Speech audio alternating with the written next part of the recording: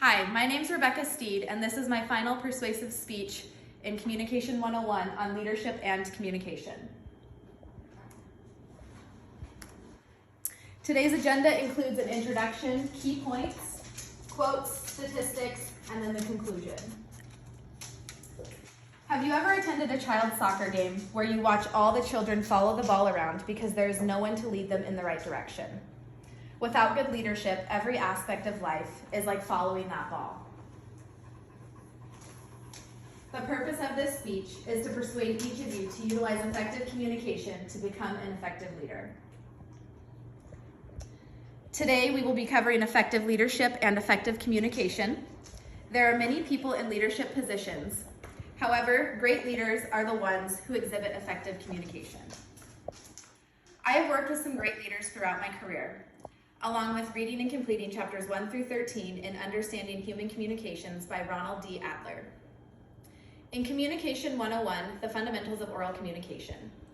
In addition, I have studied additional outside resources regarding leadership qualities and leadership communication.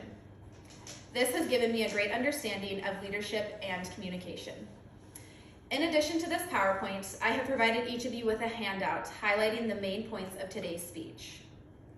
Before we discuss today's key points, I would like to first share a few leadership statistics and a quote regarding leadership.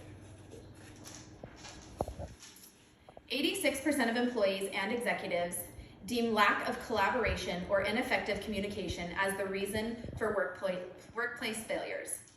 3 in 4 employees see effective communication as the #1 leadership attribute. Only 1 in 3 employees feel their leaders communicate efficiently. Half of employees don't know what's expected of them at work, and 57% of employees said a lack of clear directions is a problem for them. James Hume stated, "The art of communication is the language of leadership." The key points of this speech include effective leaders, effective communication, and how to use effective communication in leadership. First, I would like to begin by defining an effective leader. Harvard University defines effective leadership as the ability to successfully influence and support a team or group of people. Several qualities are essential in molding an effective leader. These qualities are what help the leader create a work environment that is productive, honest, and open. Northeastern University provides 5 top leadership qualities that create an effective leader. These qualities consist of 1, a leader that is self-aware and prioritizes personal development. When a leader is self-aware and prioritizing personal development, they are accepting of feedback from others, more adaptive, and resilient. They are also able to communicate effectively, are open to change, and practice active listening. 2, they focus on developing others. Effective leaders are able to adapt to how ready an individual or group is and how willing and ready they are to take action.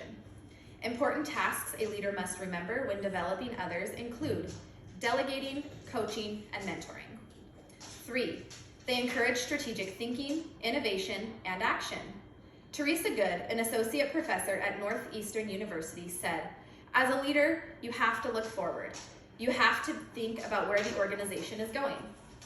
4, they are ethical and civic-minded. Effective leaders consider ethical consequences of the decisions that are made. 5, they practice effective cross-cultural communication. Respected leaders are those who practice clear communication. Teresa Good stated, "In an increasingly global economy, leaders must also acknowledge and respect different communication traditions." According to Apollo Technical, 83% of businesses say it's important to develop leaders at all levels. Yet, less than 5% of companies have implemented leadership development across all levels. Ronald Reagan stated, "The greatest leader is not necessarily the one who does the greatest things. He is the one who gets people to do the greatest things." Now that we have discussed effective leaders and the characteristics that shape them, let's discuss the key components of effective communication. Communication is a term that is not easily defined because it is a term that can be used in a variety of ways. What we do know is that communication is the process of transmitting information. Cheryl Keats, a writer for Forbes magazine, breaks effective communication down into 5 C's: These C's are: 1, be clear. To communicate effectively, you must first identify what you want and need from the other person. Once you have identified the issues, it is your responsibility to communicate the information to the other person. If you experience difficulty during your communication, ask clarifying questions. 2, be concise. Focus on getting your points across by keeping your request simple, direct, and to the point. 3, provide a compelling request. Once you have made your request, suggest possible solutions that you would be happy with. Explain to the other person why this is important to you. Be involved in the conversation and share your thoughts. 4, be curious. The conversation is not all about you. Now that you have gotten your requests out, wonder what the other person's needs or objectives are. Listen to what they have to say. 5, be compassionate. Put your own assumptions aside. Try to understand the other person by listening to their feedback. In order to resolve conflict, manage change, and make tough decisions, it is crucial to have the ability to understand, recognize, and appreciate the feelings of others. According to HILO, 74% of employees have the feeling they are missing out on important information at work. Paul J. Meyer stated, "Communication, the human connection, is the key to personal and career success." With this understanding of effective leadership and effective communication, we can now dive into what shapes effective communication in effective leadership. Communication lays the foundation for effective leadership. Harvard Business School describes 8 communication skills essential in leadership, and they include: 1, the ability to adapt your communication style. According to the Economist Intelligence Unit, different communication styles are the most frequently cited cause of poor communication. For you to better understand how you interact and are perceived by others in your organization, you must first identify your leadership style. The needs of the individuals you lead will differ, meaning that the approach you take with one may not work with the other. 2, active listening. Effective leaders are able to sense when they need to talk and when they need to listen. When listening, it is important to be in the moment and avoid interrupting. Eliminate distractions, such as a cell phone, because this allows you to focus on the employee and hear what they are saying. 3, transparency. Communicate openly and honestly about company goals, opportunities, and challenges.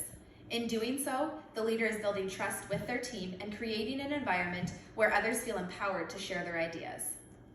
4, clarity.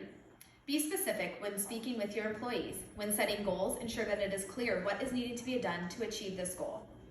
If goals are not met, try simplifying your message.